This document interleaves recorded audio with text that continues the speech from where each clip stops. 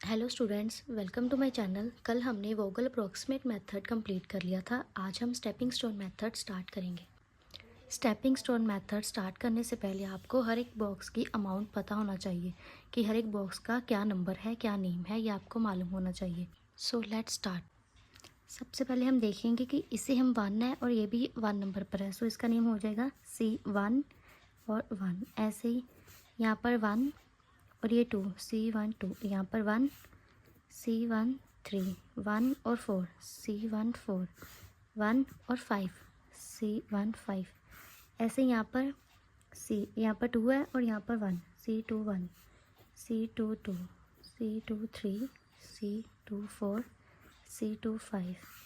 ऐसे 3 और 1, C3 1, C3 2, C3 3, C3 4, C3 5। ऐसे यहाँ पर 4 है और यहाँ पर 1 है, C4 1, C4 2, C4 3, C4 4, C4 5, 5 और 1, C5 1, C5 2, C5 3, C5 4, C5 5। ये जो नेम है आपको अच्छी तरह से पता होनी चाहिए। सबसे पहले हमने चेक करना है हमारा A1 और R1 इक्वल है या नहीं।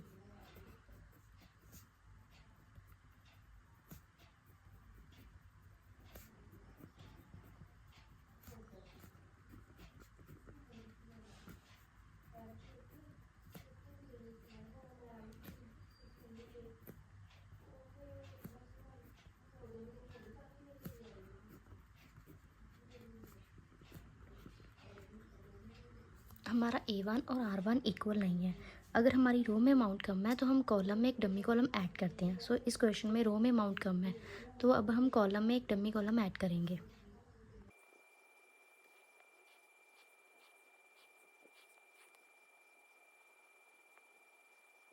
इनके कॉलम के हम एलिमेंट 0 लेते हैं।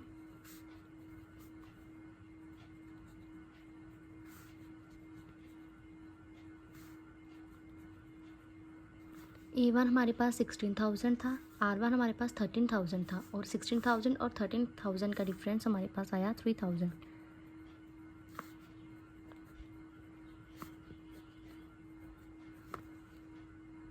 अब हम पेनल्टीज निकालेंगे। 0 और 11 का डिफरेंस 11, 0 और 14 का डिफरेंस 14, 0 और 12 का डिफरेंस 12, 12 और 15 का डिफरेंस 3, 12 और 20 का डिफरेंस 8, 11 और 14 का डिफरेंस 3, 12 और 13 का डिफरेंस 1, 0 और 0 का डिफरेंस 0। यहाँ पर सबसे मैक्सिमम एलिमेंट हमारे पास 14 है। 14 की रो में जाएंगे और सबसे मिनिमम एलिमेंट देखेंगे। यहाँ पर मिनिमम एलिमेंट 0 है, यहाँ पर है 4,000, यहाँ पर है 3,000। हम 3,000 लेंगे। यहाँ पर हो गया 0, यहाँ पर हो गया 1,000। अब इस कॉलम को हम कट करेंगे और आगे और पेनल्टीज निकालेंगे।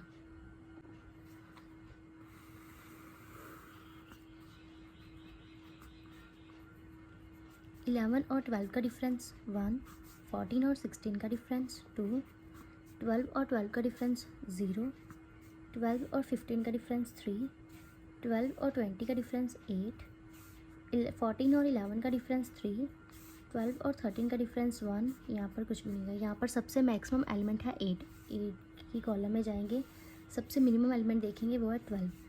यहाँ पर है 7,000, यहाँ पर है 2,500। हम 2,500 लेंगे। यहाँ पर हो गया 0, 7,000 और 2,500 दोनों को सब्ट्रैक्ट करके यहाँ पर हमारे पास आया 4,500। अब इस कॉलम को हम कट करेंगे। अब नेक्स्ट पेनल्टी निकालेंगे।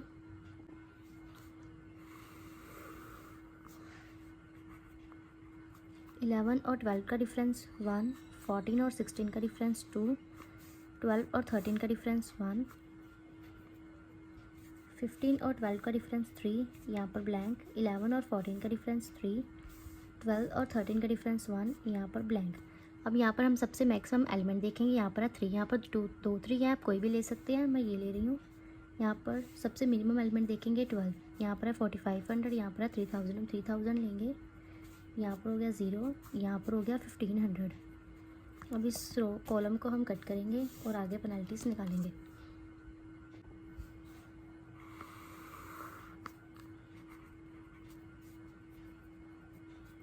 11 और 12 का डिफरेंस 1, 14 और 16 का डिफरेंस 2, 22 और 13 का डिफरेंस 9, यहाँ पर ब्लैंक, यहाँ पर ब्लैंक। 11 और 14 का डिफरेंस 3, 12 और 13 का डिफरेंस 1, यहाँ पर ब्लैंक। अब यहाँ पर सबसे मैक्सिमम एलिमेंट देखेंगे वो है 9, 9 की रो में जाएंगे, सबसे मिनिमम एलिमेंट देखेंगे वो है 13। यहाँ पर है 1500, यहाँ पर है 4000, हम 1500 लेंगे। यहाँ पर हो गया 0, यहाँ पर हो गया 2500। अब इस रो को हम कट करेंगे और आगे और पेनल्टीज निकालेंगे।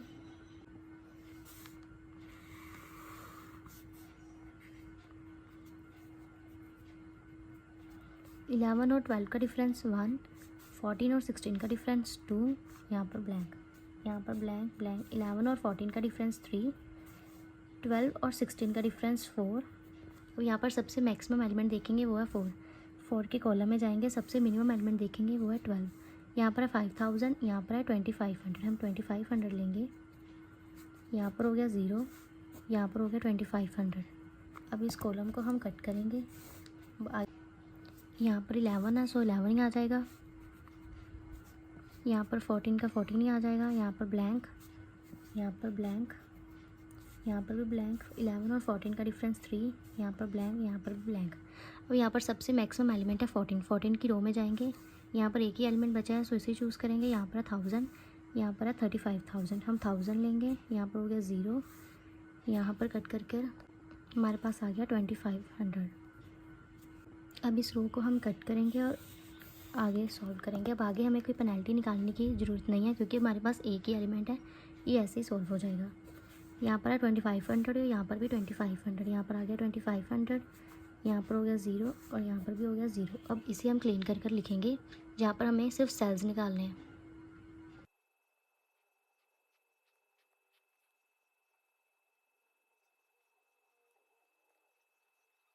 अब इसमें हम सेल नोट करेंगे।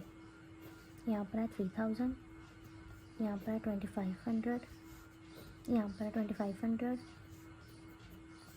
यहाँ पर भी 2500, यहाँ पर 1000, यहाँ पर 2500, यहाँ पर 1500, यहाँ पर 3000। अब मिनिमम ट्रांसपोर्टेशन कॉस्ट निकालेंगे।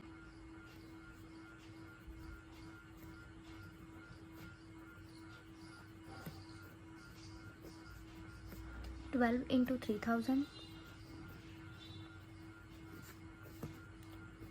12 इंटू 2500, 11 इंटू 2500, 14 इंटू 1000,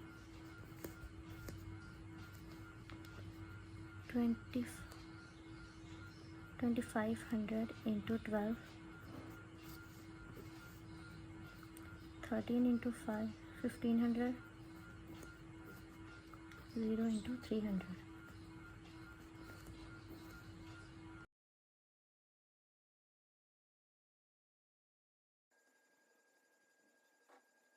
इन सबको मल्टीप्लाई करके और ऐड करके हमारे पास टोटल आया 1,57,000। ये हमारी मिनिमम ट्रांसपोर्टेशन कॉस्ट है। ये अब आगे हम स्टेपिंग स्टोन मेथड से चेक करेंगे कि 1,57,000 ही हमारी मिनिमम ट्रांसपोर्टेशन कॉस्ट है या हमारी कॉस्ट इससे भी कम हो सकती है।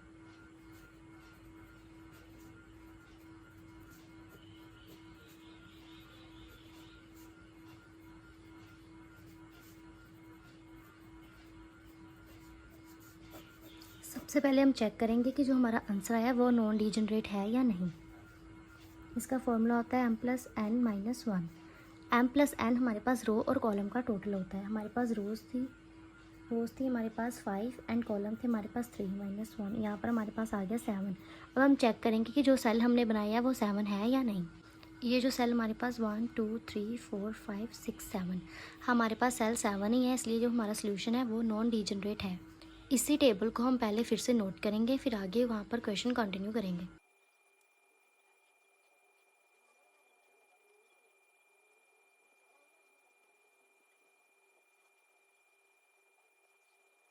इसमें हमें सबसे पहले जो सेल नहीं फिल किए होते हैं उनको सॉल्व करना होता है। यहाँ पर हमने ये वाले सेल जो हैं ये फिल नहीं किए हुए। अब हम इनका सॉल्यूशन निकालेंगे। यहाँ पर हमने P1 और W1 की पहले हम वैल्यू निकालनी है। हम नोट करेंगे P1 W1। P1 W1 की वैल्यू निकालने के लिए हमें पहले एक पाथ क्रिएट करना होता है। अब ये पाथ सेल से होकर जाएगा। जैसे यहाँ से हम गए तो यहाँ पर एक सेल बन गया। अब सेल के साथ ही सेल ज्वाइन होगा। अब यहाँ से ये सेल हो गया। अब यहाँ से यहाँ पर सेल ज्वाइन हो रहा है हमारा, और यहाँ पर हम ऊपर पहुँच गए। ये हमारा पाथ बन गया।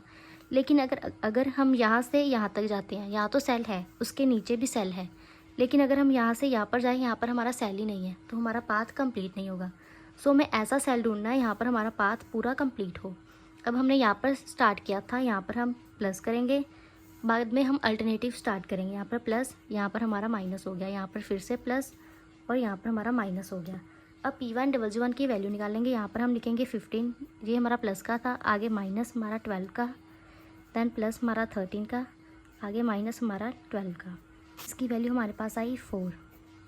P1 हमारा 4 आया। ऐसे ही हम अब बाकी एलिमेंट्स की वैल्यू निकालेंगे। उसके लिए हमें ये टेबल फिर से बनाना पड़ेगा। मैंने ये टेबल पहले ही नोट कर लिया है। अब इसमें हम P1 और W2 की वैल्यू निकालेंगे। इसके लिए हमें W2 से पाथ शुरू करना होगा। अगर हम यहाँ से यहाँ पर जाते हैं और यहाँ से नीचे आते हैं, हमारा यहाँ पर तो सेल है, लेकिन आगे हमारा सेल नहीं है, सो ये हमारा पाथ नहीं बनेगा।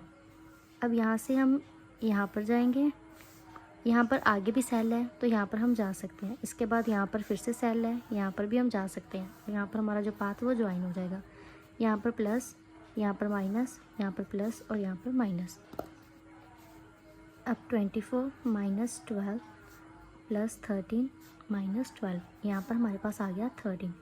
P1 और W2 की वैल्यू हमारे पास आ गई 13, और यहाँ पर हमने P1 और D1 की वैल्यू निकालनी है, P1 और WD की। यहाँ पर अब हम पाथ बनाएंगे। यहाँ से हम शुरू करेंगे, यहाँ पर हमारा सेल यहाँ पर पहुँच गया। अब आगे से हमें यहाँ पर, फिर यहाँ पर plus minus plus minus, 0 minus 0 plus 14 minus 11, यहाँ पर हमारे पास अमाउंट जो है 3। WD और P1 की हमारे पास अमाउंट है 3। अब मैं एक ही टेबल में सभी एलिमेंट्स को देख लूँगी। आपको जब एक एक एलिमेंट देखना होगा तो अलग अलग टेबल बनाना पड़ेगा। मैं टाइम वेस्ट ना हो इसलिए एक ही टेबल में कर रही हूँ। यहाँ पर हमें P2 और W1 निकालना है, P2 W1। अब इसका हम पाथ देखेंगे। यहाँ से हम शुरू करेंगे। यहाँ पर हमारे पास सेल है, आगे यहाँ पर सेल है, फिर यहाँ पर है, यहाँ पर और फिर यहाँ पर। यहाँ पर plus minus plus minus plus minus,